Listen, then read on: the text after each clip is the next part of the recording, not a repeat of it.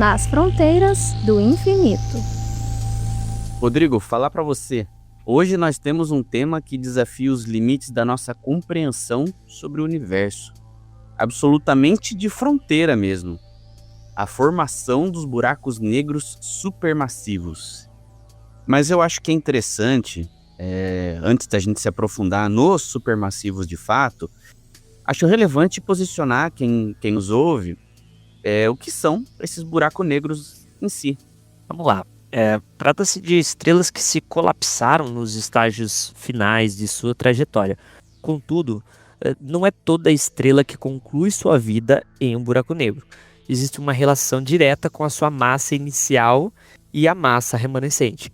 Uma estrela precisa ter massa inicial maior que 10 vezes a massa do Sol. E ao seu fim, manter um remanescente maior que 3 vezes. O que faz essas estrelas serem bem massivas? As estrelas com quantidades menores, como a que eu falei, se tornam ou anãs brancas ou estrelas de nêutron. No livro Buracos Negros, de Stephen Hawking, que na verdade é uma coleção de palestras que ele deu ao BBC em 2016, Hawking disse que em 1939, Einstein escreveu um artigo dizendo que as estrelas jamais se colapsariam porque existe um limite máximo para a compressão de massa. O que foi seguido por muita gente da academia da época, dada a sua relevância. Imagina, você vai bater de frente com Einstein naquela época ainda, né?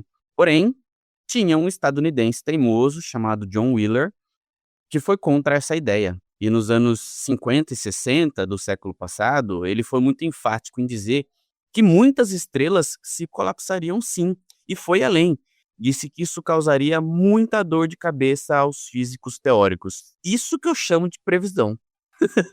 Muito bom. É a expressão que dá nome a esse corpo celeste. Tem a ver com a ideia de um halo que suga tudo que se aproxima. Só que nos buracos negros, até mesmo a luz é sugada. Por isso o nome. Até determinada distância, tudo que entra jamais sai. E essa beirada de ralo nós chamamos de horizonte de eventos. E se a gente não vê os buracos negros, porque ele em si não emite luz, e além disso ele engole a luz que passa por próximo dele, só sabemos da sua existência quando olhamos o seu entorno. Olhando pela beirada, né? Quando uma estrela se aproxima demais de um buraco negro, ela é engolida, e isso gera a perturbação do espaço. Mas aqui, digo a perturbação do espaço em si, do tecido espaço-tempo onde tudo existe. E foi exatamente isso que foi detectado. 2 buracos negros se colidindo há mais de 1 bilhão de anos. A perturbação desse impacto monstruoso propagou-se pelo próprio tecido do espaço-tempo e até os nossos sensores, comprovando assim a ideia das ondas gravitacionais. Certo, então, realizado esse recorte de atuação, onde a gente já compreende o que é um buraco negro, como que ele, assim, compreende o que é um buraco negro, acho que é muito forte, mas a gente já tem uma noção do que eles são. Sabemos que buracos negros menores surgem do colapso de estrelas massivas. Podemos começar a tentar pensar como explicar a existência desses gigantes com bilhões ou até trilhões de vezes a massa do nosso Sol, especialmente no universo primordial. Exatamente, Marco. Essa é uma das grandes questões da astronomia moderna. Como esses monstros cósmicos puderam se formar tão rapidamente em galáxias que existiam menos de 750 milhões de anos logo após o Big Bang, né? E essas são apenas algumas perguntas que esse tema vai levantar. E apesar da nossa escala achar o milhão muito tempo, né? 750 milhões de anos após o Big Bang é um universo bebê, né? O modelo tradicional traz que um buraco negro surge a partir do colapso de uma estrela. Mas ele não explica como eles alcançaram tamanhos tão absurdos em tão pouco tempo. A taxa de absorção de matéria necessária seria colossal, quase impossível de se alcançar em tão pouco tempo, né, cara? E é aí que entra uma hipótese fascinante, o chamado colapso direto. Em vez de se formar a partir de uma estrela, né, uma nuvem massiva de gás primordial poderia colapsar diretamente em um buraco negro supermassivo, sem os estágios intermediários. O que fica interessante pensar, porque aquele aplicativo em flash que a gente indicou para os nossos ouvintes um tempo atrás, né, o Estrela numa Caixa, não prevê isso, né? E talvez como que isso seria colocado, uma vez que a gente não tem uma massa inicial estelar, de fato, a gente tem uma protoestrela ou até mesmo essa nuvem de gás que vira direto o buraco negro, né? É bastante curioso. Mas esse cenário descrito pela essa nova hipótese prevê a formação de buracos negros com massas iniciais entre 100 mil e 10 milhões de vezes a do Sol. Um ponto de partida muito mais plausível para o crescimento acelerado que a gente tem costume de observar. Mas aí então parecem questionamentos do tipo: como os astrônomos poderiam detectar esse processo em ação? Segundo um estudo recente de Ian Feiljau e Isaac Schlossman, a resposta pode estar em um tipo específico de radiação, a luz Lyman alpha, emitida quando os átomos de hidrogênio absorvem e reemitem luz ultravioleta. A resposta está mesmo na radiação Lyman alpha. Durante o colapso direto, essa radiação seria uma das principais assinaturas do processo, pois ajuda a dispersar energia enquanto a nuvem de gás ainda está em processo de compressão. O desafio até agora era entender como esses fótons poderiam escapar do buraco negro nesse estágio de formação. E os pesquisadores eles propõem uma solução interessante. Em vez de um colapso esférico, o gás em rotação formaria um disco de acreção, onde a luz estaria em volta, né, de uma singularidade, criando uma estrutura bicônica, né, dois cones, por onde a radiação Lyman alpha poderia escapar. Os cálculos mostram que para um objeto com desvio para o vermelho, o famoso redshift, com Z igual a 10, ou seja, quando o universo tinha apenas seus 500 milhões de anos, mais de 95% dessa radiação poderia ser detectável. Agora adivinha só, Rodrigo, quem que está envolvido nessa história toda? Te dou uma chance.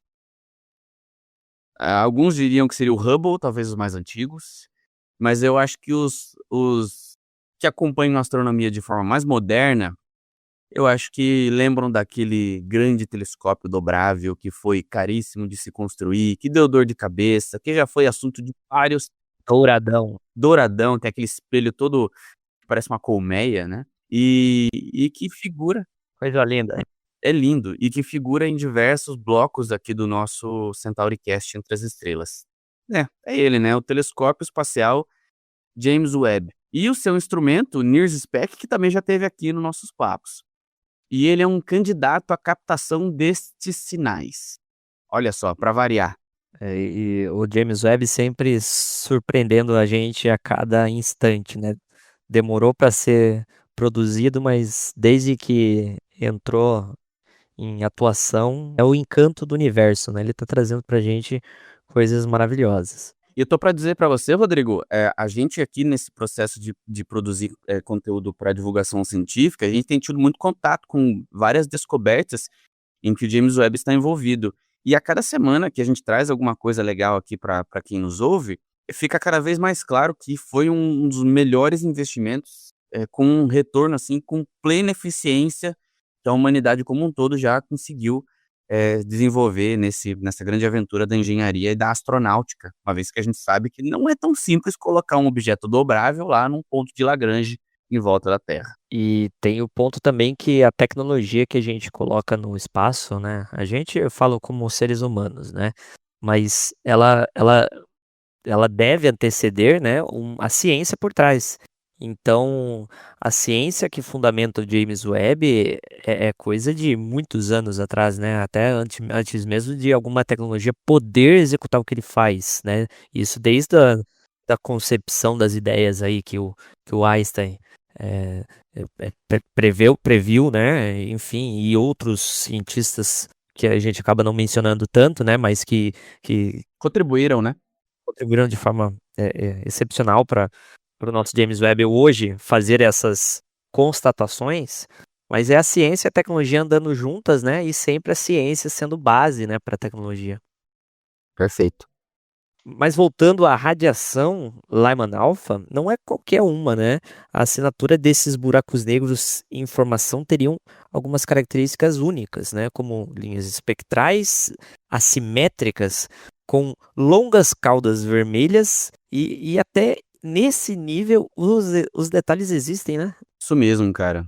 Além disso, esses objetos seriam praticamente livres de elementos pesados, compostos basicamente por hidrogênio e um pouco de hélio, o que os tornaria verdadeiras relíquias do universo primordial. E se você parar para pensar, faz muito sentido. Se esses elementos pesados são gerados devido às pressões do colapso de estrelas e esses buracos negros se formaram sem nem passar pela fase estelar, não haveria tempo para a formação desses compostos mais pesados. Isso é muito interessante de se pensar. Demais. E o tempo é um fator crucial aqui. O colapso direto e a emissão dessa radiação ocorrem em uma janela muito curta, antes que o objeto se torne um buraco negro propriamente dito. Isso significa que as observações precisam ser extremamente precisas e oportunas. Pô, sem dúvida. Se esses modelos forem confirmados, teremos uma verdadeira revolução, mudança de paradigma aí na nossa compreensão de buracos negros e como eles se formam, né? Principalmente os supermassivos. E o James Webb, de novo, pode ser a chave que ajuda a gente a abrir essa caixinha, esse baú misterioso com todas essas informações. James Webb sempre na ponta, né? Uma descoberta assim não só responderia a uma das maiores perguntas da astronomia, mas também abriria provavelmente novas fronteiras, né, para explorarmos eventos mais extremos do cosmos, que são os buracos negros. São, de fato, as fronteiras do infinito, não é não, Rodrigo? Nosso bloco ele honra o nome.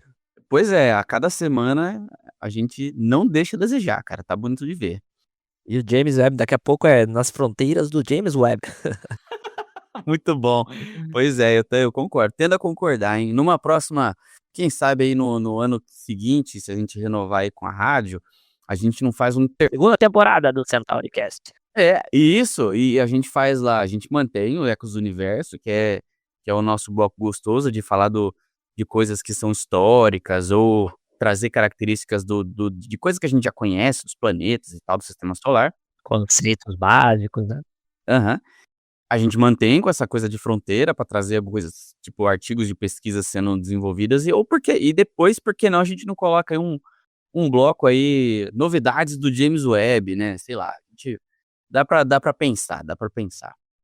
E com isso, Rodrigo, a gente encerra esse bloco aí com bastante novidades sobre buracos negros, que não é um assunto fácil.